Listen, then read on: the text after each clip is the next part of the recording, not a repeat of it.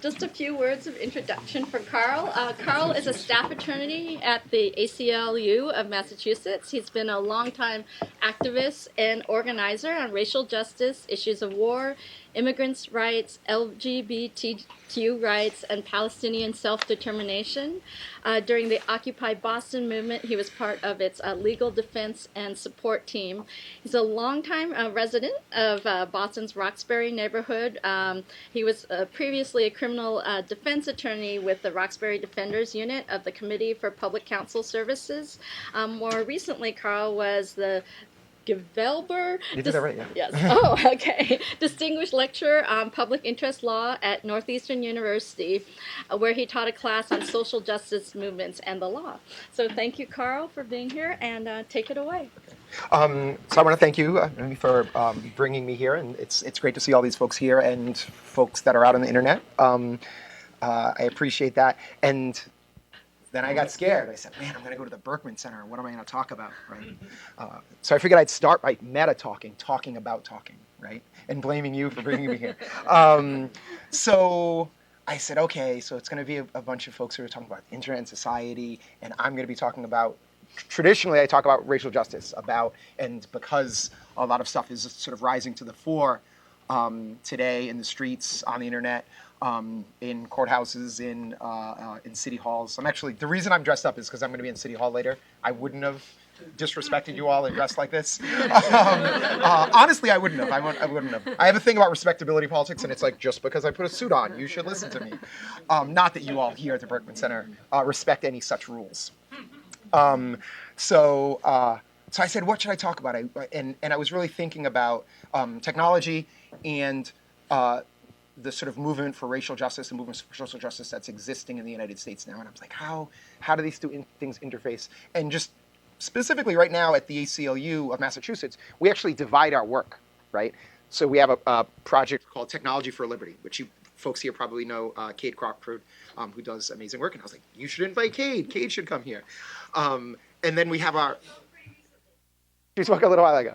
So I don't want to repeat anything that Cade said, or a little bit. And then I was thinking, and then our racial justice work, we call our Justice for All project.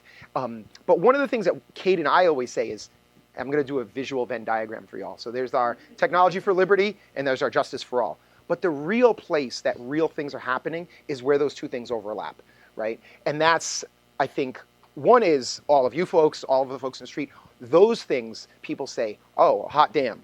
That's where it's at. Things like, the militarization of police, things like the targeting and tracking of Black Lives Matter activists in Baltimore and Maryland in general, where police are using technology that they said, oh, well, the NSA is doing this. Would be great if we could do this and find out who is where and use available technologies to do those things. So I think there's that overlap. So in that, and thinking about what I was going to talk about, I was thinking of how really the ideas of technology, and also the ways you all, and I'll admit a little bit, but not get myself in trouble. Before I was a lawyer, I actually was I did, not a programmer, but I did some database design work. When I got out of college, that's what I did for a number of years before I went back to law school. So I think of things in that way, in some respects. So one of the, and you can accuse me of being sort of cutesy about this, ways I wanted to talk about it is thinking about operating systems. So let's talk about operating systems. So if you think of what an operating system is for and problems that exist when you make it and after it exists, right? Some of those things are, what are the features going to be, right? What is the problem it's made to solve? And what can a virus be introduced? Does it, after it exists, does it have a virus? And what are the bugs that are in there, right? In that structure, if we think of other things are not directly things that we think about like technology, like this computer in front of me, this phone in front of me, this microphone, the folks in the back that are broadcasting this. But if we think of other societal structures like countries and governments, right, and multinational organizations and nonprofit NGOs, right, those exist in a lot the same ways, right? They have features, they have bugs, they can be sort of infected by virus, right? And I'm going to put something forward to you, and I'm going to put it forward as a question. The United States of America, right? If it had an operating system, if it had a foundational, if it had a beta release, what are the things, right, that were that? And I would say one of the things of that is our foundational documents, right? And the developers were, generally considered, the founding fathers and the framers, right? So there's actually a Venn diagram there. There are people who are considered the framers, and there are people who are considered the founding fathers. There's quite a bit of overlap of those two groups. There's some argument as to who some of those people are, but and the most foundational document, right, for this operating system is the Constitution, right? I think it's not arguable that would be the most foundational document. And before that, and related to it, is the Declaration of Independence. And one of the things, I've never thought about it this way until I got invited to the Berkman Center, but one of the things I think about the Constitution that I frequently talk about when I talk about racial justice is, I heard someone recently say at Harvard Law School, so we can blame them, y'all, but across the street more centrally, is that the Constitution was the most perfect document that has ever been written in all of history.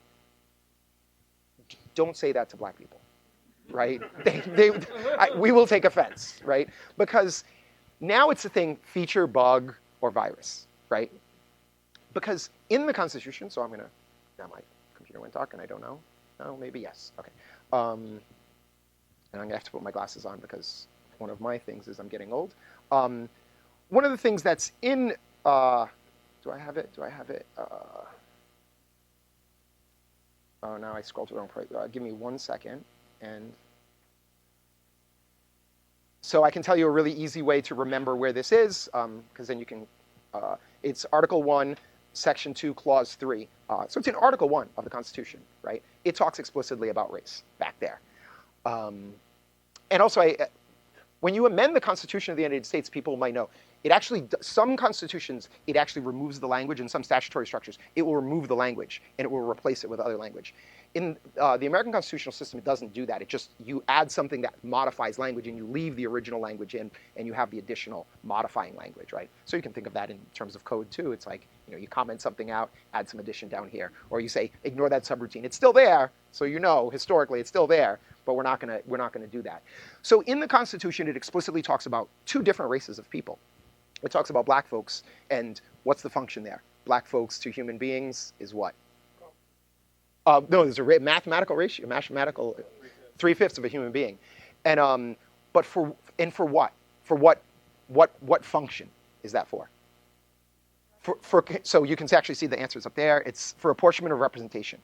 So actually, the southern states argue this. The southern states said, well, we would actually like to count those things that we have out there in the field because we'd like more representatives, right?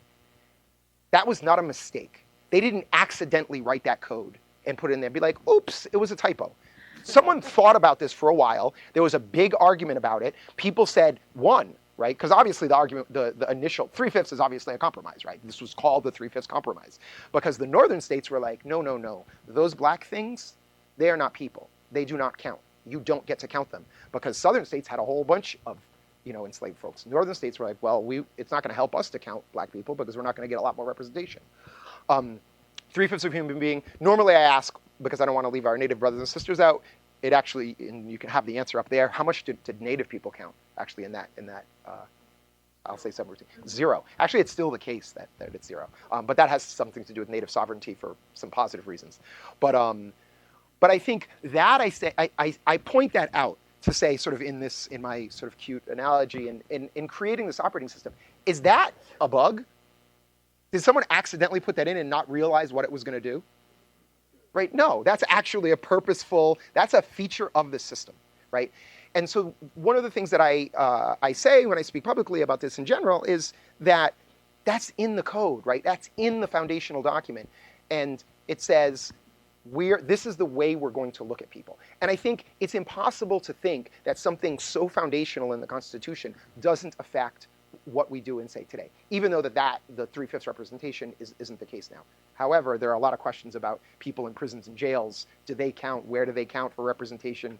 Do they count for representation at all? Because a lot of small communities that have very large prisons that have certain racial constructs, many of these people's great-great-great-grandchildren they say, well, those people definitely shouldn't count, or those people definitely should count, depending on how you want to look at it. But I think that leads to, it certainly leads to, what might be today an unintended consequence, but the dehumanization of black and brown folks. And I put a name on that because I think when we're addressing things that in a technological sphere or in a societal sphere, being able to name it is being able to address what the problem is, right? And trying to get where you want to go. And this is an institutionalized system of racism. It's a specific kind of racism, right? It's a very specific kind of racism. And the kind of racism it is white supremacy, right? It's a system that says white people, and even the creation in the United States, the creation of whiteness was a thing to say, because whiteness didn't exist before that, right? When colonists, when settlers first came to the shores of what will become the United States, people said they're the Christians and the heathens. And then they had a problem because they converted a bunch of the people they were calling heathens. And they were like, oh, now we're the people who've been Christian for longer. And that was too much to say. So they said, well, we need another way to define us. And that, not me, but some of so depending on which side of my family tree you go up, some of us.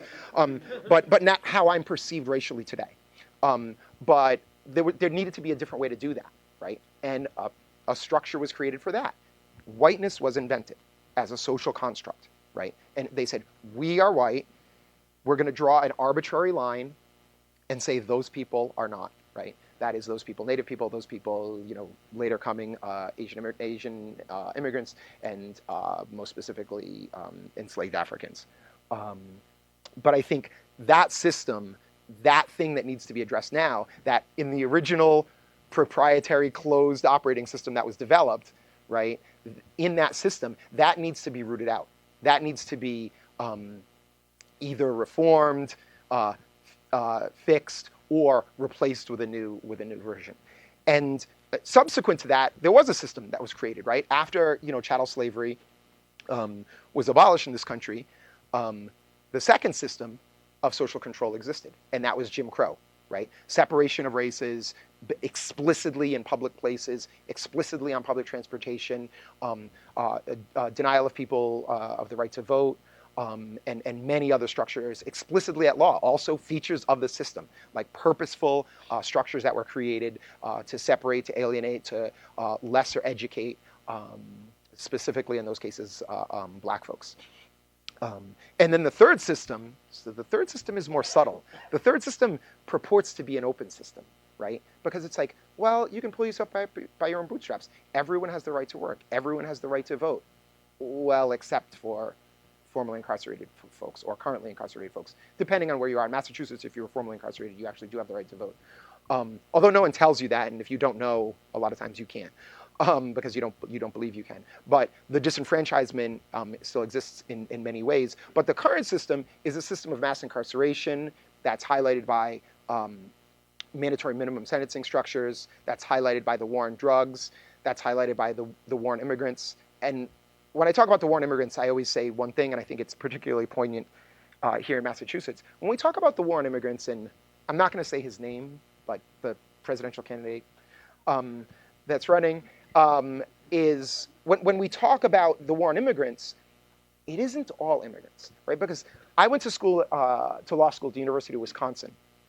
And up until that point, that was in 2004. In 2004 and before, the most likely country of origin for someone who's an immigrant to the state of Wisconsin is where? What? No. Canada, right? Just geographically, it borders. It's like they come across the border. And you can't tell, you can't find them unless, sometimes you can hear their accents. You're like, oh my God, you're not from here, right? They say flag or something and you're, good Lord, there are immigrants among us. So all respect to the Canadians and their prime minister. And their native people, I'll say. But in nobody ever, not once, and that was in 2004, 2005, where all the immigrant rights, protests, uprising, people really coming out in the streets, people saying undocumented and proud, and a lot of organizing here in Massachusetts. Nobody, not ever, not once was saying the Canadians are bringing in disease. The Canadians are bringing in weapons, right? I'm sure that there were some Canadians that committed crimes. Those weren't splashed on the tabloids and said, what must we do? We must deport them. They're taking all of our jobs, right? That's never been said, not ever, not, maybe it has been one place. Someone tweeted it once somewhere, probably, go find it.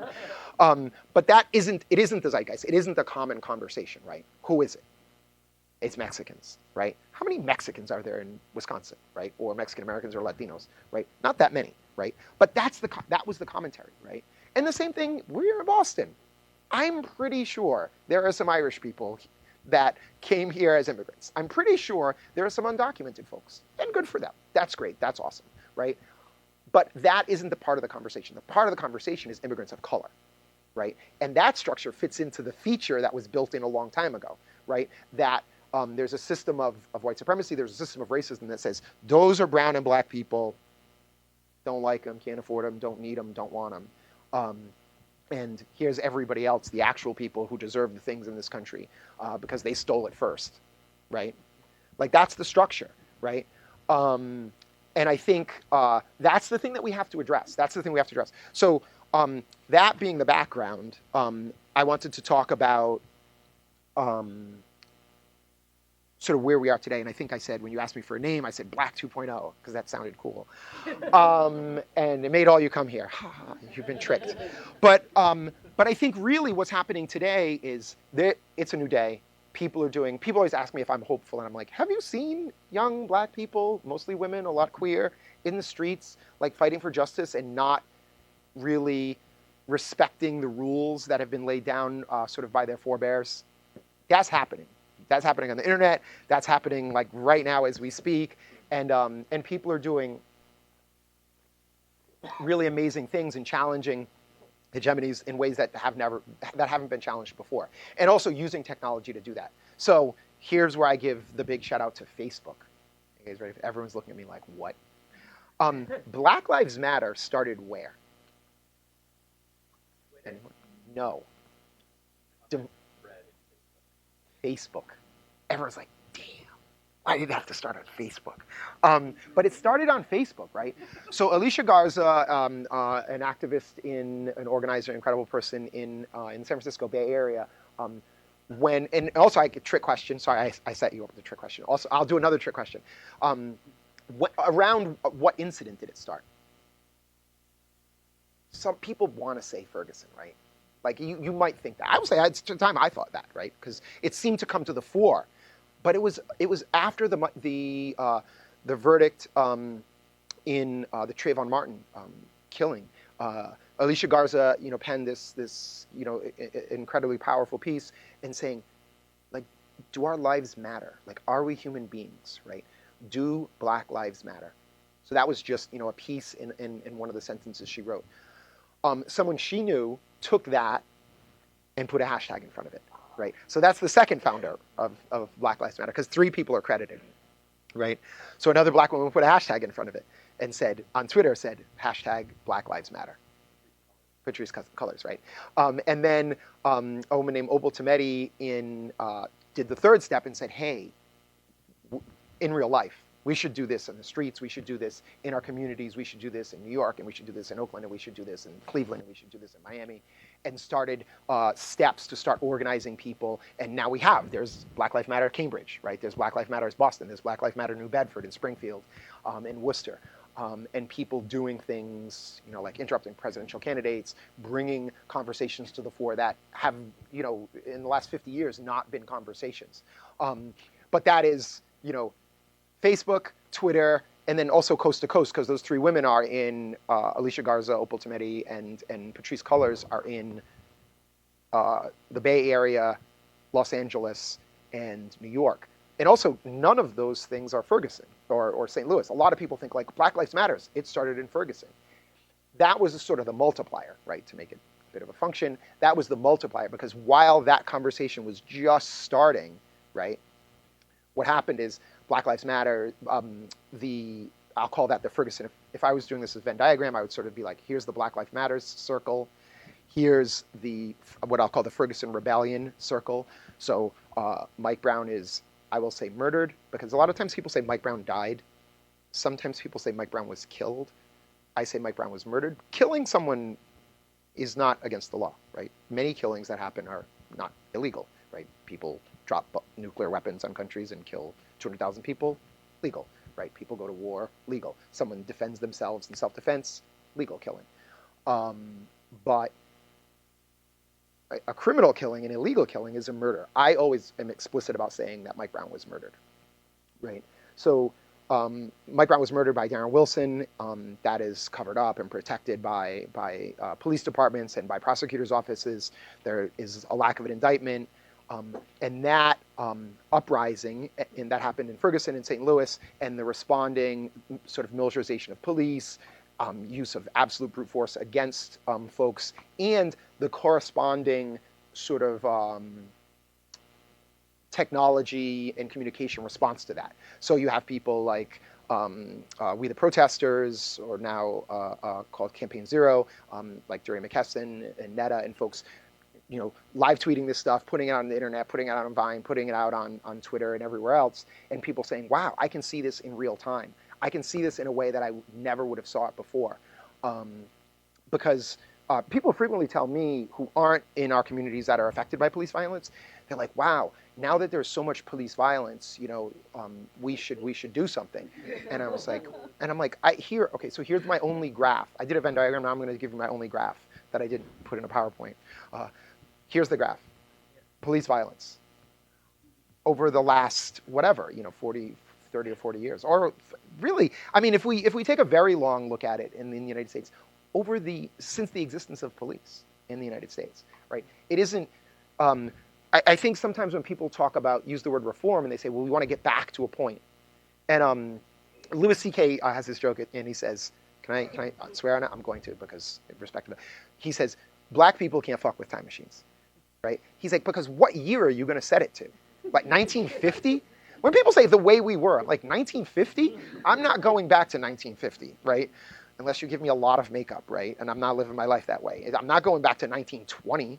I'm certainly not going back to anything that starts with 18, right? There's no way we're going back, right? So there's not a place in history that we can go back to. So when people talk about reforms, like saying we need to change this and fix this slightly because then we can get to a point where the Constitution can be respected, that's a little bit scary to me, because there needs to be a lot more change, back to my analogy, to the operating system than that.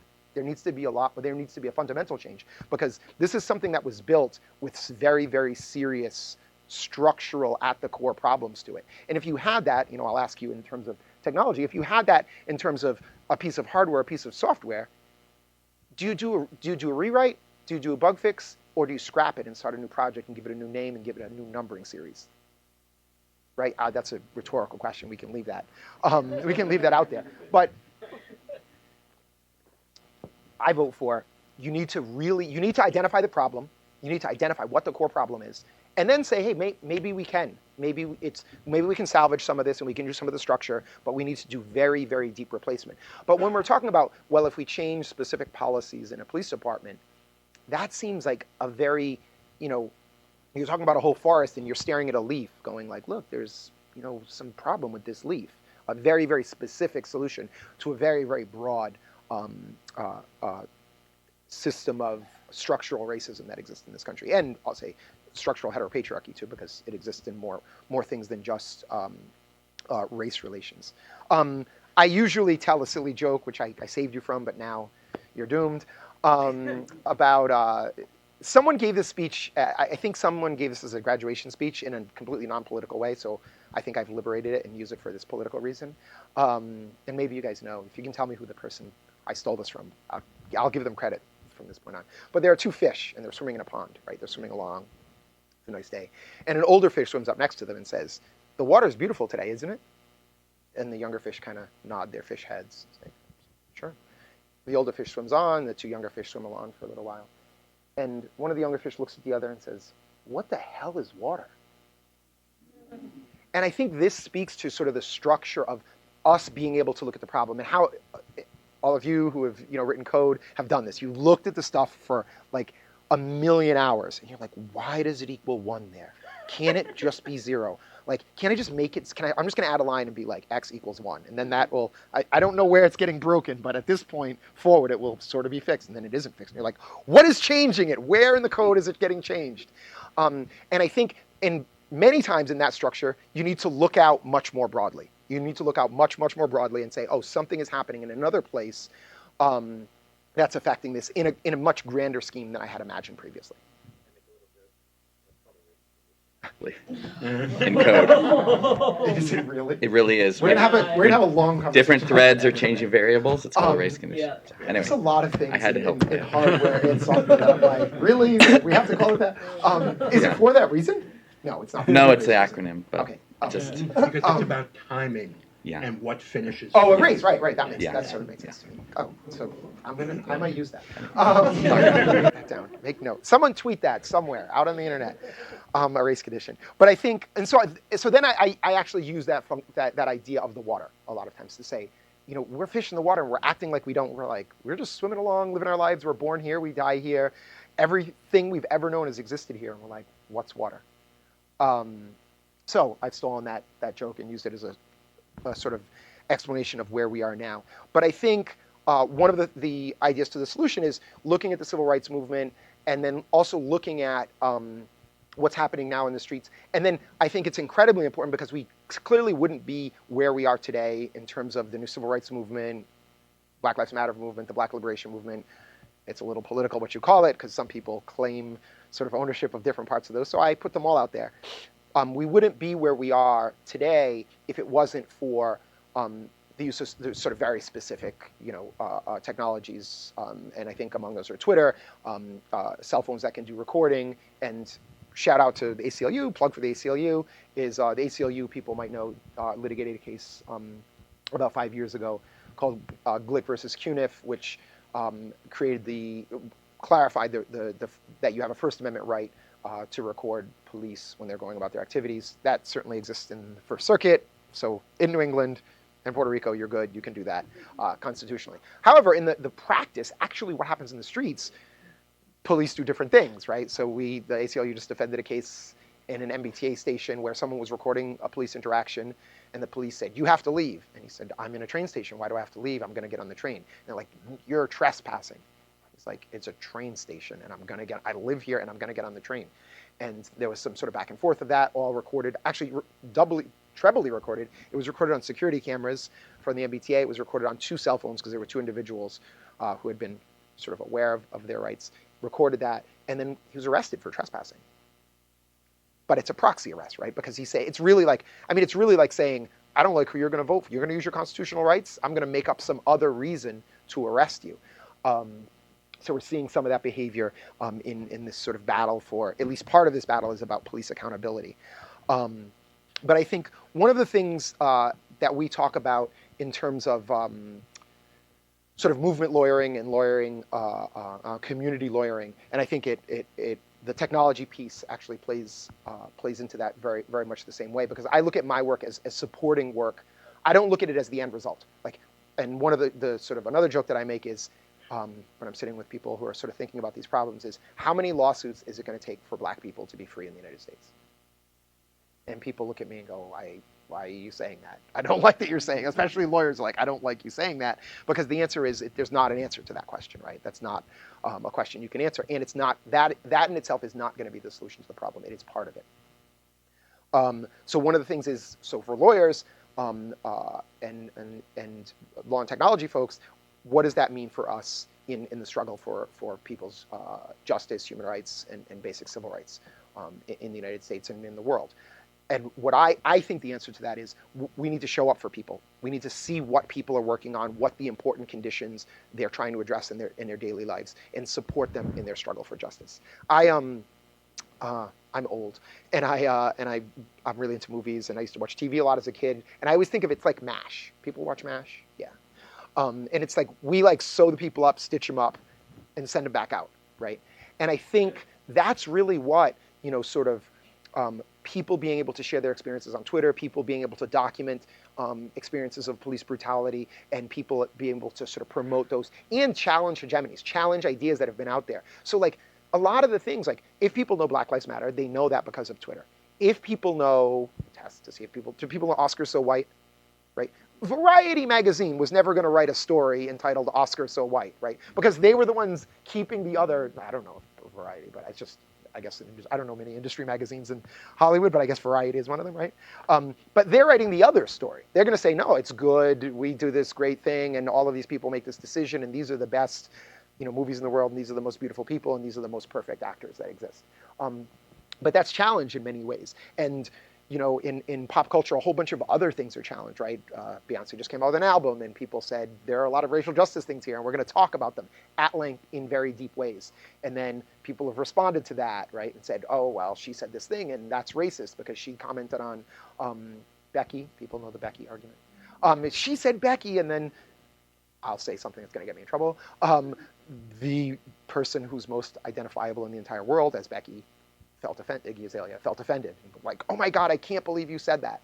But that conversation would never, there's no way, how many years, before 2000, that conversation ever would have come to the fore. Like conversations about basic things in people's basic lives, about race, about racial justice, would never have come to the fore without the ability for people to self-publish, without the ability for social media that's instantaneous, that's fast, and that people can get together. You all know this, but I say this to folks who are less technologically aware. I'm like, Facebook is 500 people you went to high school with that you have absolutely nothing in common with, and Twitter is, I think people say 1,000, maybe now 100,000 people who you don't know, who you have everything in common with, right? So immediately, now we can get that word out to people who are like-minded. And just recently, folks, did you guys have the seal? Did you have to change your seal here? Yeah. So what did you do? So what do you do now? What's on the letterhead? It just says Harvard Law School. It just says Harvard, nothing. Yeah. So you're just like, what do we do? So I actually talk about this to folks in, so shout out to Reclaim HLS, Reclaim Harvard Law School, and the folks across the way at Belinda Hall, who did that struggle. But that struggle informed, I'm gonna give you a list now, maybe this is the last thing, that informed the struggle that happened at Brandeis University, who were struggling for social justice, right? Those are Ford Hall, 2015, so which actually was informed by another struggle that happened in the 60s at Brandeis University, which also informed the struggle that happened at Boston College, struggling against racism there, which also encouraged folks at Boston Latin School to challenge, like young teenage black women challenging racism, like pretty nasty stuff that was happening and still is happening in their school, which informed stuff that was happening at Yale University. And did people see about Calhoun College? They just started throwing monopoly money at the president of Yale. Yeah. Wasn't happy about that.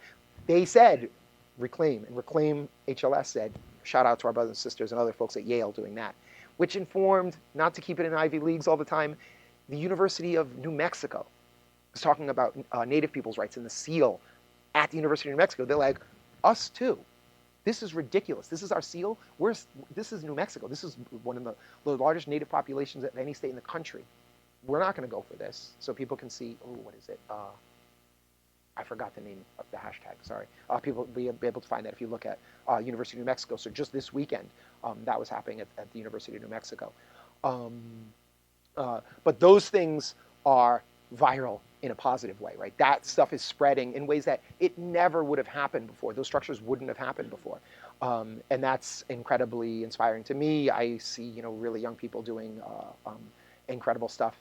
I think because of sort of challenging this sort of operating system that we've been living under and using tools and technologies that exist in ways that they might or might not have been designed to do.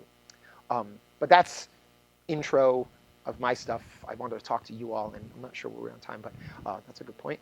But I wanted to have some conversation with folks here and online. I don't know if you can tell us what people are saying online, if they are, if anybody's listening. And I actually neglected to do that as part of my introduction, that people can ask questions and participate online via the hashtag Berkman. So, I'll take a moderator's privilege by asking a question. And that is, What is the relationship between what's happening online versus what's happening offline? I mean, there has been some question as to, is social media getting too much of the credit because so much of the work is so much of the work that actually makes change happens offline, but on the other hand, as you said, this online presence of these issues has had this amplifying effect. So can you talk about the relationship between that? So I kind of, when people say technology, I always think it's funny because like a hammer was technology, right? At some point, right? Paper was like, wow, paper. It's a fucking great idea. And people say technology like it's only something that was invented in the last like 38 seconds, right? And that's a silly thing, right? And I mean, when I started doing organizing stuff in Boston, I remember going to a training in how to set up phone trees. Phone trees? Yes, someone I know you know.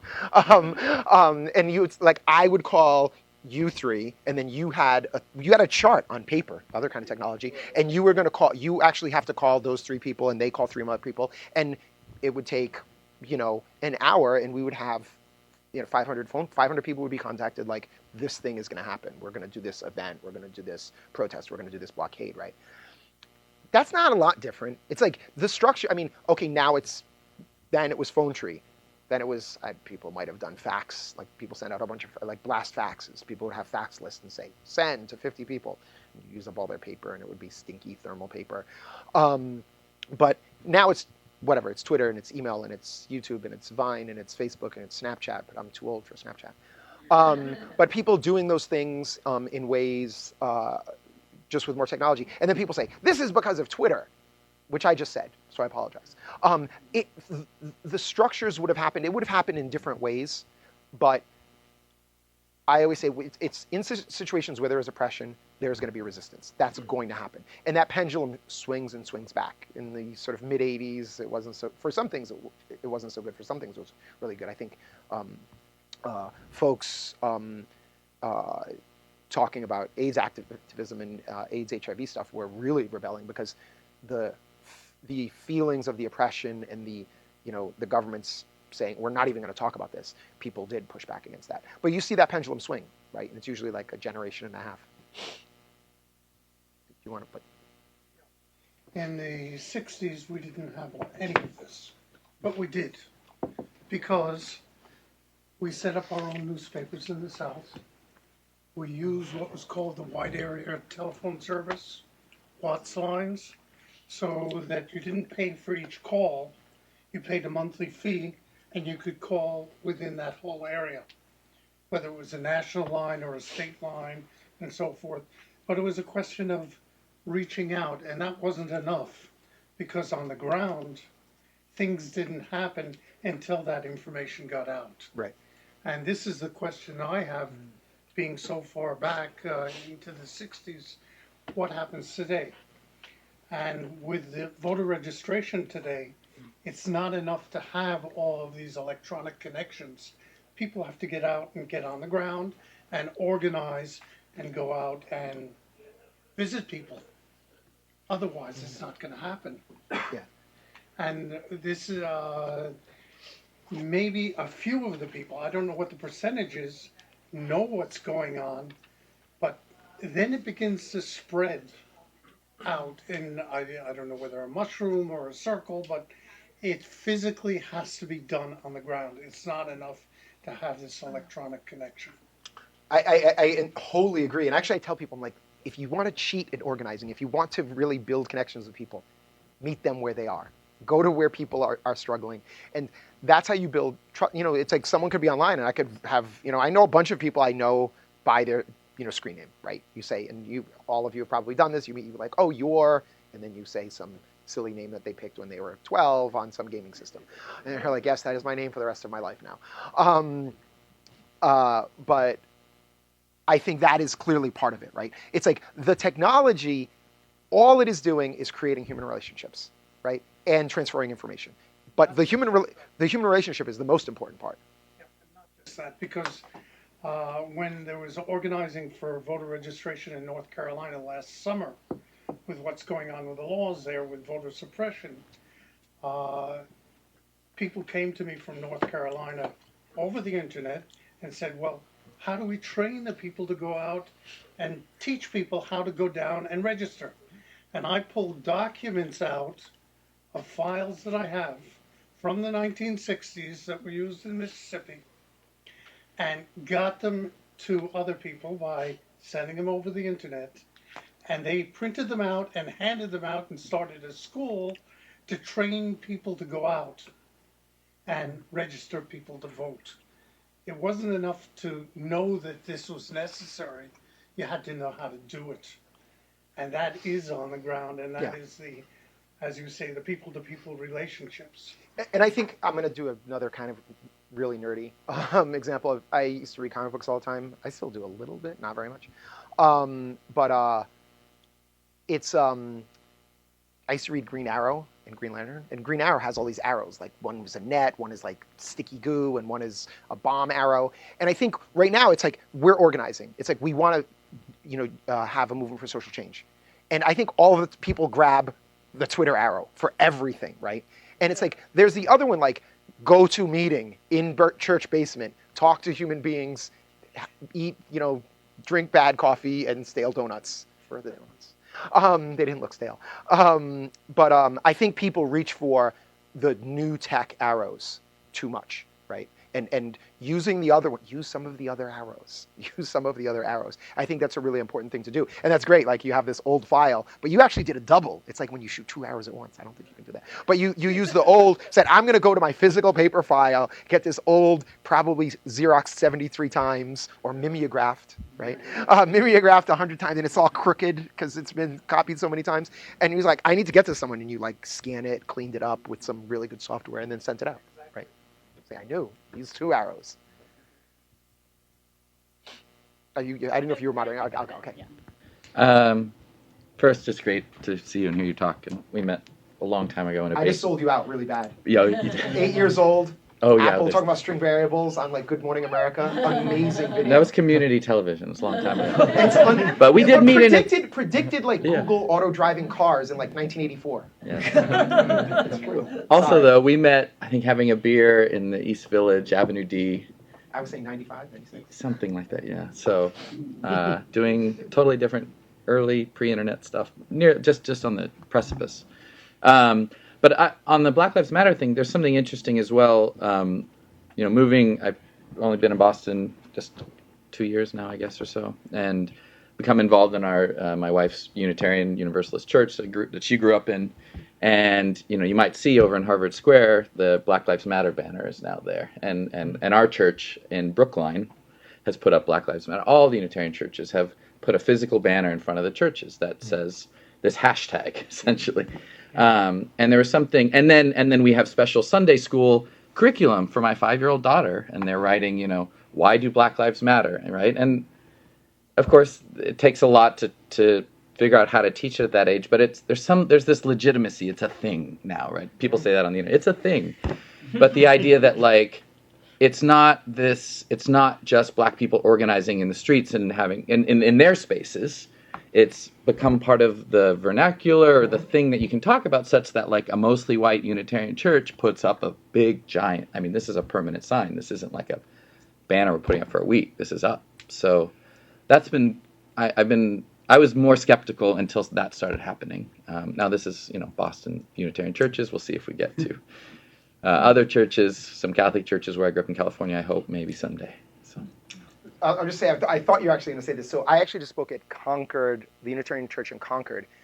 They had their sign ripped down. In Jamaica Plain, twice they had, the Unitarian Church there had twice had their sign ripped down. Oh, no, that's not a Unitarian Church. It's the other. Yeah. And I live currently in Cobbin Square in Dorchester, which is a Black neighborhood. And my neighbor had a Black Lives Matter sign that I had given them. A white couple had their sign burned. So I'm just going to say this: in Boston, in the blackest part of one of the blackest parts of Boston, had a symbol in front of their house burned, which has a lot of to it. It also was like a kind of, it was like one of those election signs. Like it's very plasticky, and so it's not like paper. It wasn't just like you light it and it burns. So it's like you had to spend some time burning it, and also when it burns, it's nasty. So but I think there's a positive to this, because when people see this, all of those communities, right? So this happened in Bedford. I spoke at actually a synagogue in Bedford. They were like, oh my God, people are stealing people's signs. In Concord, they ripped down a sign. In Jamaica Plain, they a number of times ripped down a sign. And then this thing happened in Dorchester. And then this thing happened at Harvard. People know the black tape thing, right? And everyone was like, I can't believe it happened here. And everyone else is sitting in the corner. All the black people look like, oh yeah, really? You're surprised? Because I'm surprised that you're surprised, right? That's what we're surprised about. And I actually spoke at a conference with some folks while that thing was happening at Harvard. And someone said, well, it wasn't anyone from Harvard. And I said, so you all know, because you've walked through the hall. I'm like, if I said, okay, walk me through the hall and point the black faculty to me. Some of those pictures, whatever, this isn't a commentary on those people, but it's like some of those people you wouldn't know because they're black and white pictures. Some people are light skinned, some people have different hair textures, and you'd be like, well, maybe, and race is an indistinct thing anyway, but you wouldn't know. The person or people who put the tape on knew very specifically. That means they knew who those people were. However famous all of those people think they are, they're not that famous that the average person walking down the street in Cambridge is like, I know every one of these people, right? Some of those people you might know, the average person doesn't know who those people are. It was someone in here. So I was saying, look, you don't know if it was faculty, administration, and or students. And someone just looked at me and was like, faculty? It's like, look, somebody did it. Somebody did it, right? There are hate websites, right? There's this thing called Royal Asses, which is like a hit piece website for all of these young activists, mostly activists of color and their allies at Harvard. Like, that exists. That's because there are people with very deep-running white supremacist attitudes who want to spend their time attacking people who are standing up for justice, right? And I think that thing, actually in movies you call it name evocation. Name evocation, like when you say the name of Voldemort, something, I can't remember what happens. Something happens when you say Voldemort's name. And like Beetlejuice, when you say Beetlejuice, he either disappears or comes. There's something you're not supposed to say in Game of Thrones. It's like one of the characters, the Lord of Lights, other person. Like if you say it, it's bad and you die or whatever. But this is the same thing with racism and white supremacy. Like when you say it, it wakes up from the corner, it comes out, and it like kills you, breathes fire, rips your sign down. But the great thing about that is, now the battle has been joined. Now it's on. Now it's like, okay, look, you want to deny that there's racism at Harvard Law School? Where'd the tape come from? Well, there are people who say like, oh, well, those young people did it because they're seeking attention. But that's hardly believed, except by people who are of that mindset. But I think there's really bringing that out. I think the signs have done this, right? That people now who want to keep the old, repressive structure in place have to, because before they were just like, we like it the way it is. We like heteropatriarchy, we like the class structure, and we like the racism because we're the beneficiaries of it, or we're too afraid to say anything. And now it's like, it's out in the open.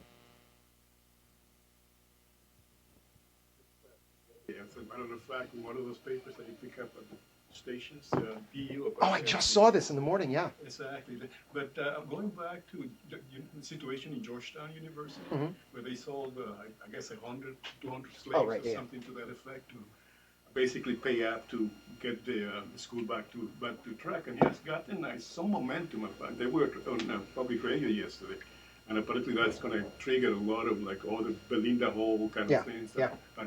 And I think it is like amazing. Someone said that there. So two just very briefly about that is someone said, well, if we start doing this, we're going to have to change the name of everything.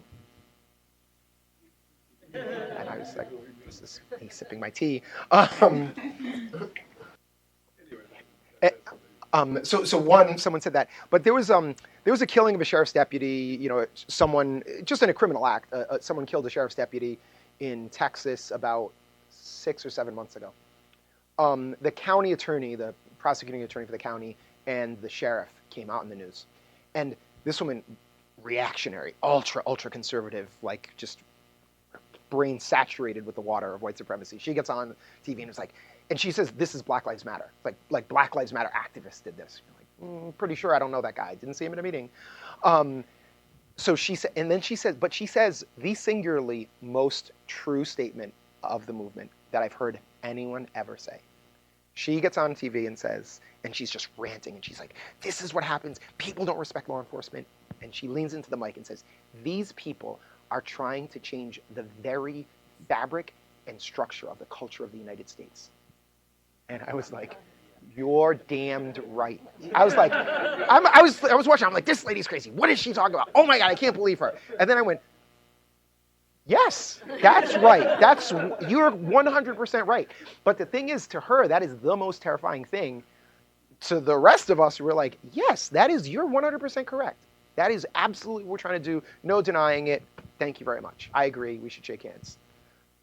Yeah, it's interesting that you brought up that. So she's speaking on TV, and you were mentioning something on public radio. And earlier at the beginning of your talk, you were talking about the 2006 immigrant rights mobilizations, and in those mobilizations, the key medium is really radio. It's Spanish language commercial talk radio, where these DJs in Chicago and LA and New York all get together and say, we need to turn people out to defeat HR 4437, the Sensenbrenner bill.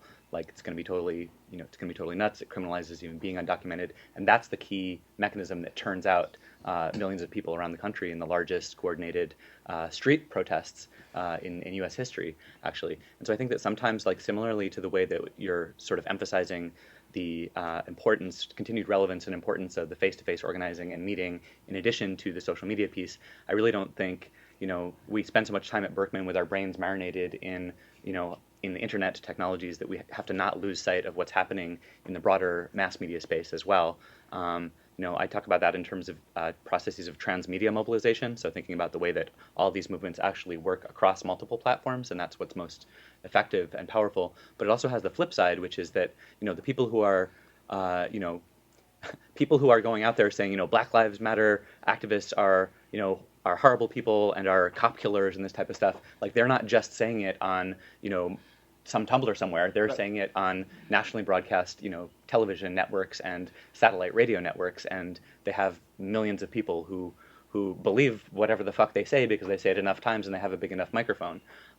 So I wonder, if you could talk a little bit about that too, sort of the relationship between the different channels of media and the continued relevance of the mass media platforms, even as we're excited by the affordances and possibilities of the networked communication. They're also saying it on that vile, racist, rank stuff on Pinterest. I was like, I stumbled across this and I'm like, holy God. Like, I didn't know this was possible, really. I was looking for something because I was looking for like a graphic that an ACLU chapter had done, and I was like, oh, and it brought me to, it just, DuckDuckGo search I did, brought me to Pinterest, and I was like looking, and I'm like, and I saw, and I was like, what is this? And I looked, and it was like, I'm vehement racism. Like, wow, you can look at shoes and wedding dresses and like Klan material. But I think it's important. I think it's the same thing as saying, which era are we picking? Is it the church basement? Is it a community newspaper? Is it art? Is it flyers? Right? And I keep telling people that. I'm like, look, a lot of things that people do in others, I'm really interested in this, and you called it transmedia, say what you said again? Mobilization. Transmedia mobilization, I'm going to use that too. But I think I'm a big proponent of like club flyers. I'm like, because have you ever seen, you go to a club and there's 5,000 people there? They got there somehow, right? And the old school way is someone somewhere handed them a quarter sheet of paper, and they looked at it and they're like, this has the information. This has a cool picture on it. It's like Instagram in physical sense.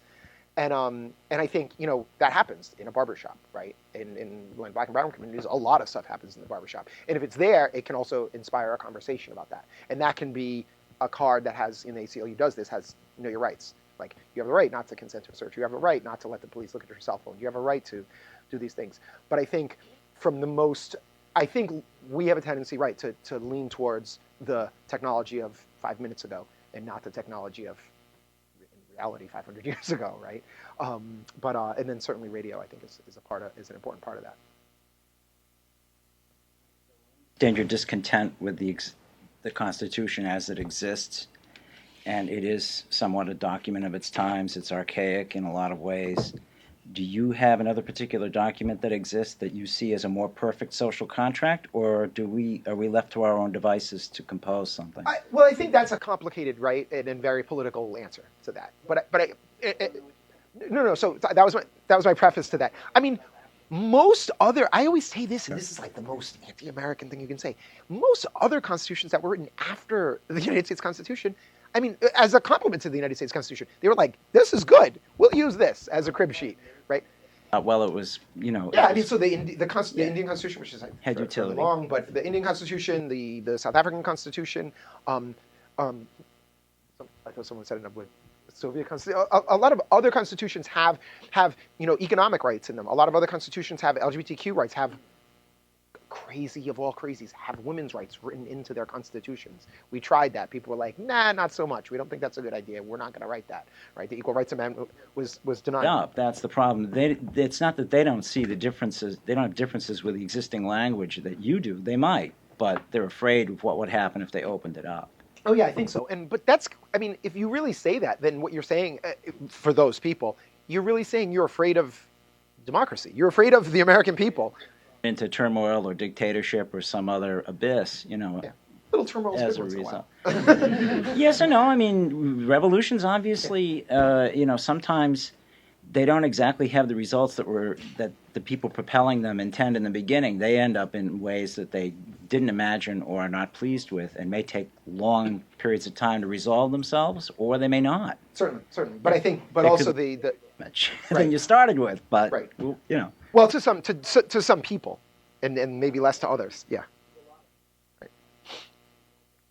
And just jumping on that point, I just want to mention that Switzerland's constitution is a very modern document, and it sort of changes all the time because we have ways of changing it, but it doesn't influence much into attitude itself of the people in Switzerland. Still a country that has a lot of discussion about racism, about these issues, still a bit behind when compared to the rest to Europe and to the US. So how much is changing a paragraph of a document no one really reads except lawyers is going to change a systemic problem? I agree with that. And so certainly not the premise of my thing was we should all get together and have a constitutional convention and edit the Constitution.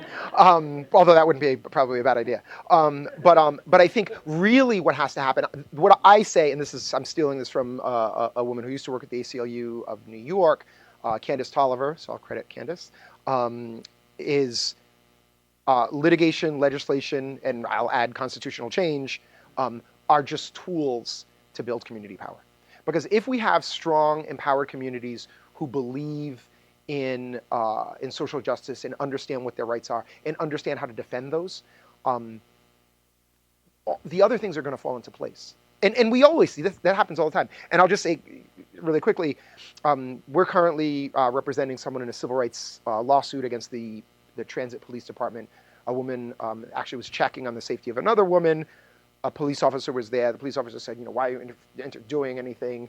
The police officer turned on our client, Mary Holmes, started beating her, started pepper spraying her, beat her with a metal baton, arrested another officer, tackled her and arrested her, actually put her in a car. Another officer put her into a car while her face was burning.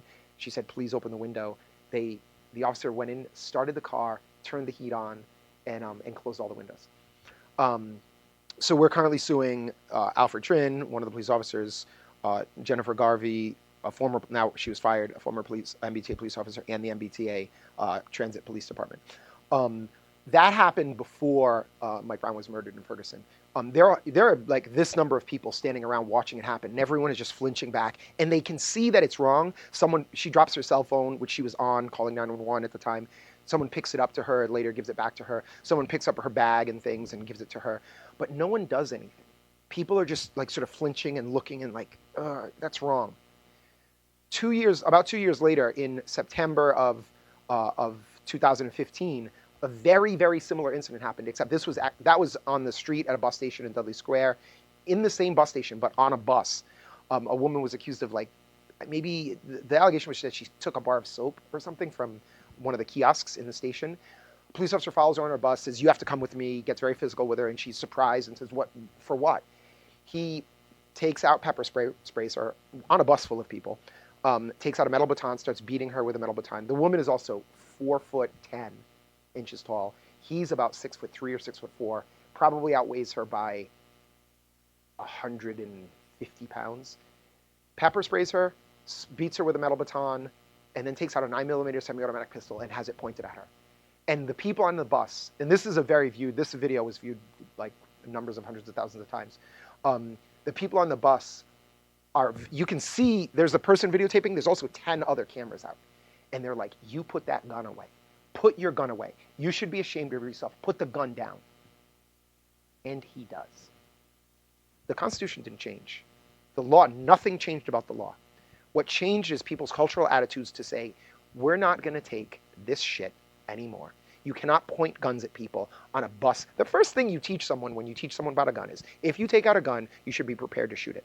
The second thing you teach someone about a gun is, if you shoot someone, you need to be prepared to shoot everything behind that person. Because if I'm not going to do it hand gesture in this room, but if I have a gun and I point it at someone in this room, people are like butter to a bullet, right? It's just going to go through you, right? And it's going to go through the person who's behind you, like certainly, like it's not going to stop, right? And it's probably going to go through that wall. So if you're a police officer and you're in a bus station in a black neighborhood in the middle of the day, right, and the bus is full of people, it would be insane to do that, to do what he did. But that community of people, and there was an activist, someone who's part of the movement, was on that bus. There was another activist on the sidewalk who saw most of this happen. They followed. Actually, I was at Harvard at the time. Someone texted me and said, this thing just happened. We're going to go to the Roxbury police station. And I said, no. If it's MBTA, they're going to be over by South Bay, a different police station. They're like, okay, we're going to go. They don't know this woman at all. They went and they bailed her out, right? And then she said, I don't know who you are, but I'm hungry. They were like, let's go to the Victoria Diner. It's always open. We'll go there.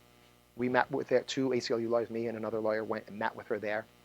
Shout out to Rasan Hall. We met with her, talked to her. And that's a different thing. That would not have happened. A little bit technology and social media, a little bit community training, people meeting, talking about Cop Watch, saying you have a right to record the police. Shout out to Sarah Wunsch, the attorney at the ACLU who litigated the Glick case with the law offices of Howard Friedman and the attorney David Milton who litigated that case.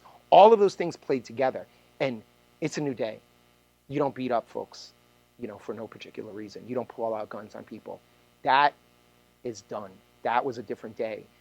Like the prosecuting attorney in Texas said, it's like we're changing the very fabric of the way this society works, and that's a different one, right? People are challenging police authority in ways, unjust police authority in ways that people have never done it in the past. What's going on? Yes. And what control does the person who records it have before it's shared and uploaded, and all of that? And also, what was your thoughts about the recent New York Times piece about police practices in Portland? I thought you were going to ask me a different New York Times piece.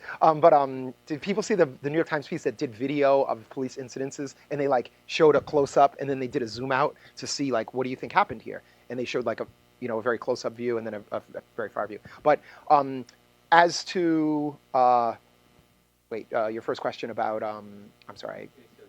Oh, the app. So it's a number of apps. So ACLU has different affiliates in different states.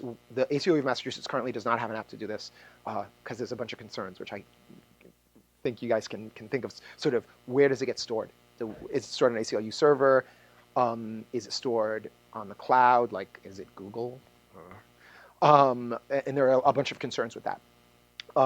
The other is a person power concern because okay, so all of you go out, you all say, we're going to go cop watch, and you all record, or you all download an app and you say, I'm going to use this. Most of you are going to do I actually did this, right? I downloaded the New York, was the first app, and I started it, and I was like, okay, it's cool. And it was like my foot, right? I just recorded, I didn't, I just turned the camera on and was like, oh, okay, stop recording. And it's like, this will be sent. And I'm like, oh, wait, it just got sent.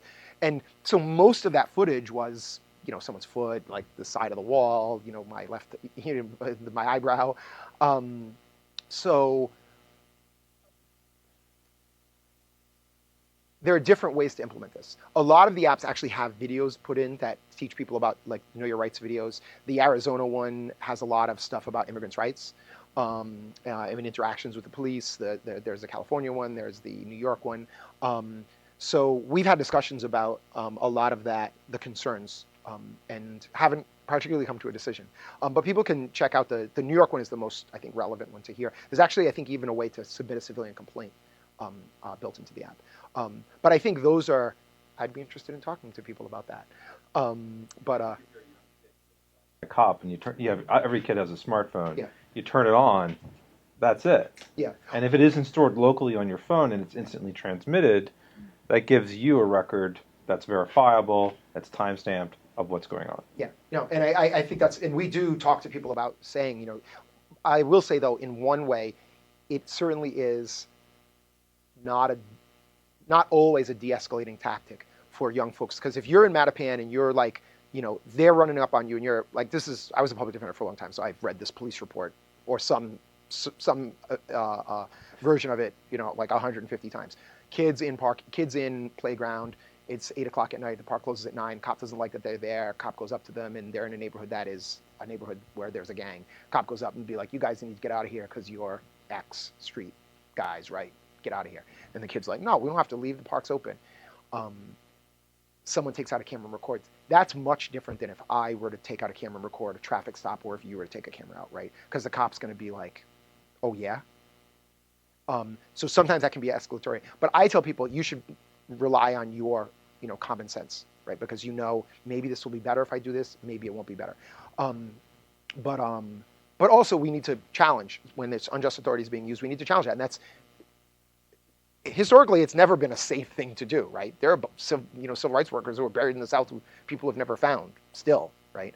So I'm not saying to risk at that level, but it's always some risk to challenge hegemonies, to challenge authorities. And your second question was about the practices changing. I was wondering if you thought that was tied to, like in Portland, they're now working to identify when someone's mentally disabled and working with them. Yeah, so I think there are a lot of things. Actually, someone just said this. They said, "Oh, well, it should be a very different circumstance with someone with mental, who has a mental condition." And I was like. I was a public defender, and I'm like, do you know how many people in the criminal justice system have, like, if I would ask them and say, do you see a doctor about something?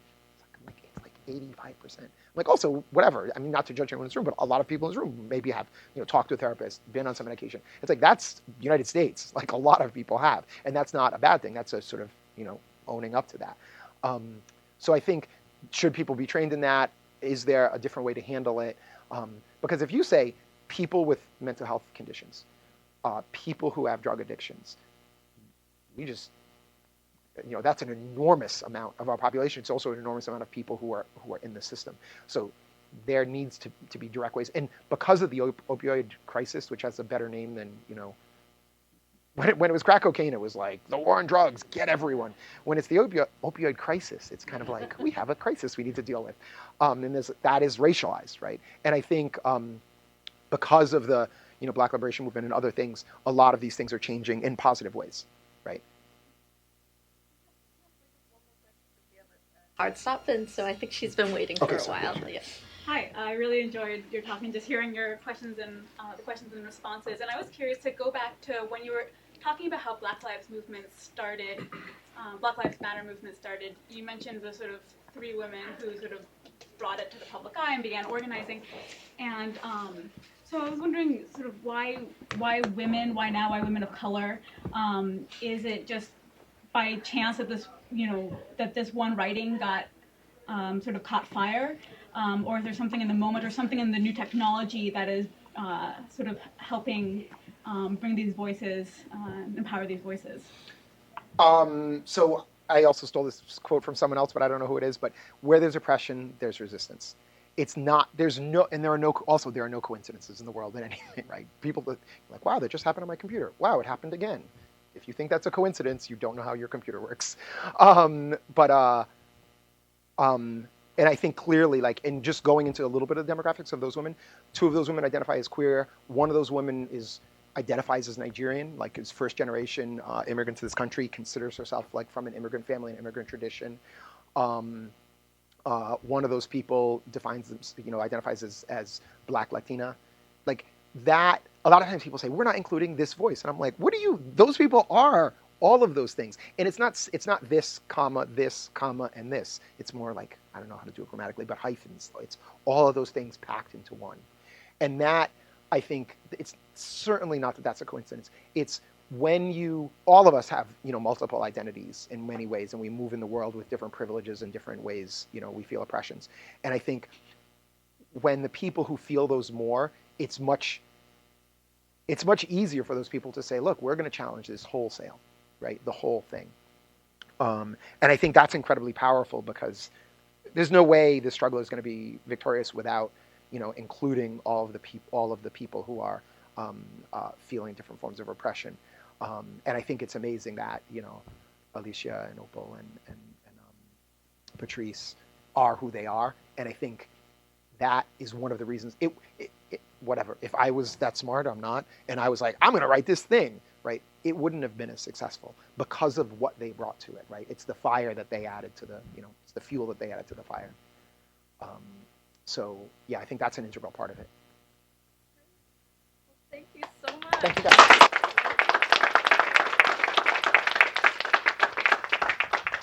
And just to let you know, there's the rest of this Berkman talks throughout May, lunch talks, and I'll make a specific plug for the third in the series, Inclusive Innovation series. Vicki Katz from Rutgers University is going to be speaking about Underconnected in America, how lower income families respond to digital equity challenges. So that'll be on the 19th. Thank you so much. Thank you. That was fun.